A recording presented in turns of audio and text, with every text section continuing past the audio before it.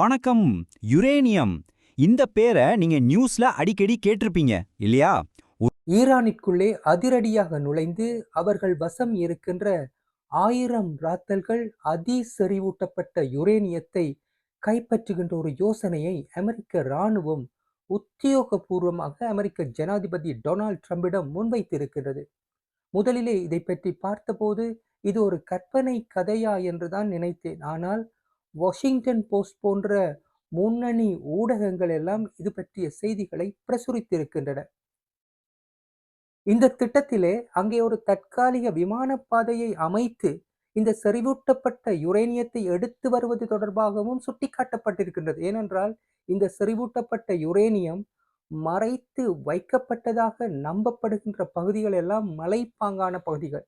அங்கே விமானப்பாதைகள் கிடையாது. எனவே அதற்கு அருகிலே ஒரு தற்காலிக விமானப்பாதையை அமைப்பது, அங்கிருந்து இந்த யுரேனியத்தை எடுத்து வருவது, இதற்காக அமெரிக்காவினுடைய ஆயிரக்கணக்கான படையினரை அனுப்புவது, இப்படியெல்லாம் ஒரு திட்டம் முன்வைக்கப்பட்டிருக்கிறது.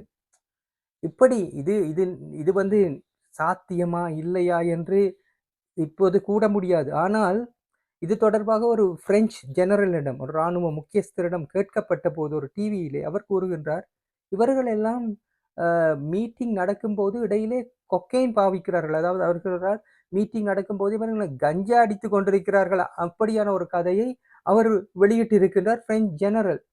இந்த வேளையிலே யுரேனியம் என்றால் என்ன? அது எப்படி செறிவாக்கப்படுகின்றது? அது எந்த நிலையை அடைந்தால் அதனை கொண்டு அணு ஆயுதத்தை தயாரிக்கலாம்? எந்தெந்த நாடுகள் அதிக அளவிலே யுரேனியம் கையிருப்பை அந்த நாடுகளிலே வைத்திருக்கின்றன? இது போன்ற தகவல்களை உங்களுக்கு வழங்குவதற்காக ஒரு காணொளியை உருவாக்கி இருக்கின்றேன். தயவு செய்து பாருங்கள். வணக்கம். யுரேனியம். இந்த பேர நீங்க நியூஸ்ல அடிக்கடி கேட்டிருப்பீங்க இல்லையா?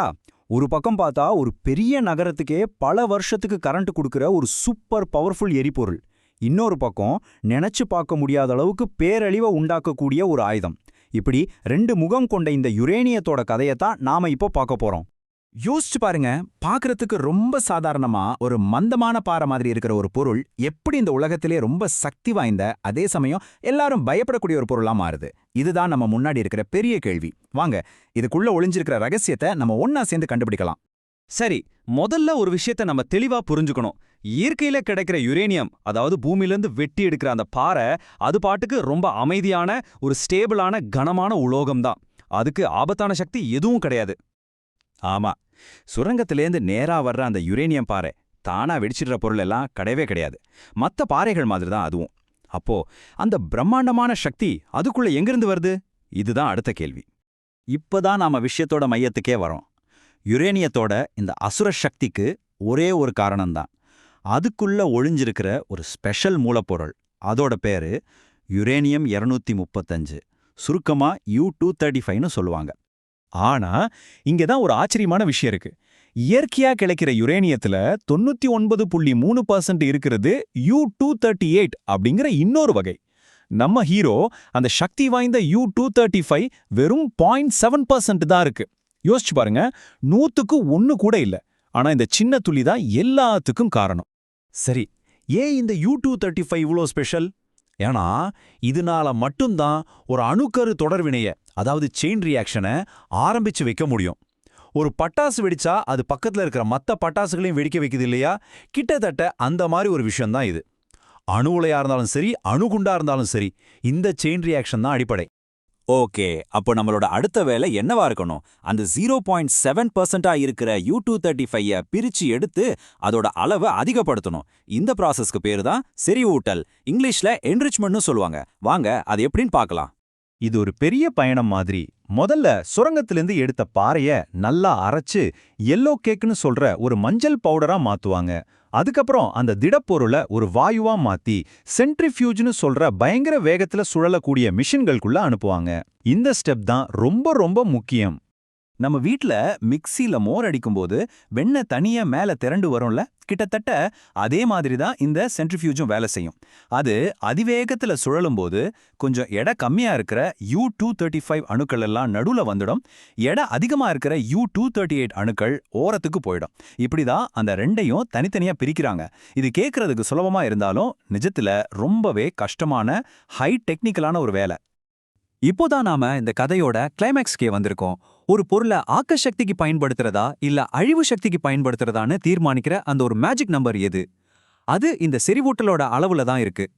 ஒரு அணுமின் நிலையத்துல கரண்ட் தயாரிக்கணும்னா அந்த U-235ஓட அளவை வெறும் 3லேருந்து 5% உயர்த்தினா போதும். அவ்வளோதான். இந்த அளவுல இருக்கிற யுரேனியம் ஒரு நகரத்துக்கே வெளிச்சம் கொடுக்கும். ஆனா ஒருபோதும் அணுகுண்டா வெடிக்காது. இது ரொம்ப பாதுகாப்பானது. ஆனா அதே செறிவூட்டல் வேலையை நிறுத்தாம தொடர்ந்து செஞ்சு U-235ஓட அடவை 90%க்கும் மேல கொண்டு போயிட்டா இப்போ அதுக்கு பேரு ஆயுதத்தர யுரேனியம். ஒரு நிமிஷம் முன்னாடி ஒரு நகரத்துக்கு வெளிச்சம் கொடுத்துட்டு இருந்த அதே பொருள் இப்போ அந்த நகரத்தையே இருந்த இடம் தெரியாம அழிக்கிற சக்தியை பெற்றிடுது. இப்போ உங்களுக்கு அந்த வித்தியாசம் தெளிவா புரியும்னு நினைக்கிறேன். வெறும் 5% இருந்தா அது ஆக்க சக்தி, அதுவே 90% மாறினா அது அழிவு சக்தி. இதனால தான் ஒரு நாடு 5% தாண்டி யுரேனியத்தை செறிவூட்ட ஆரம்பிக்கும் போது உலக நாடுகள் எல்லாம் ஒரு விதமான பதட்டத்தோட அதை கவனிக்க ஆரம்பிக்குது. அப்ப பாருங்க, இந்த செறிவூட்டலுங்கிறது வெறும் ஒரு சயின்ஸ் ப்ராசஸ் மட்டும் கிடையாது. இது உலக அரசியலையே தீர்மானிக்கிற ஒரு பெரிய சக்தியா இருக்கு. நாடுகளுக்கு நடுவுல இருக்கிற உறவுகளை மாத்தி அமைக்கிற அளவுக்கு இதுக்கு பவர் இருக்கு. இந்த யுரேனியம் சப்ளைல பாத்தீங்கன்னா சில நாடுகள் தான் டாப்ல இருக்கு. உதாரணத்துக்கு கஜகஸ்தான் தான் உலகத்திலே பெரிய உற்பத்தியாளர். இன்னொரு பக்கம் ஈரான் கிட்ட குறைவான இருப்பு தான் இருக்கு. ஆனா அவங்களோட செறிவூட்டல் திட்டம் தான் இன்னைக்கு உலக அரசியல்ல ஒரு பெரிய விவாத பொருளா இருக்கு. இதனால தான் எந்த நாடு எவ்வளோ யுரேனியத்தை செறிவூட்டுதுன்னு சர்வதேச அமைப்புகள் ஒரு கண்ணு வச்சுக்கிட்டே இருக்காங்க. ஏன்னா 5% தாண்டது அவங்களோட நோக்கம் ராணுவ ரீதியா இருக்குமோங்கிற சந்தேகத்தை உருவாக்குது. இந்த டெக்னாலஜியை கட்டுப்படுத்துறது மூலமா உலக அமைதியை பாதுகாக்க முடியும்னு அவங்க நம்புறாங்க. அப்போ ஆரம்பத்துல நம்ம கேட்ட கேள்விக்கு வரும், ஒரு சாதாரண பாறை எப்படி ஒரு ஹீரோவாவோ இல்ல வில்லனாவோ மாறுது? பதில் ரொம்ப சிம்பிள். அதுக்குள்ள பூட்டி வச்சப்பட்டிருக்கிற U-235ஓட சதவீதம் தான். அந்த ஒரே ஒரு நம்பர், அதுதான் மனிதனோட வளர்ச்சிக்கும் அழிவுட்டும் நடுவுல இருக்கிற மெல்லிய கோட்டை தீர்மானிக்குது.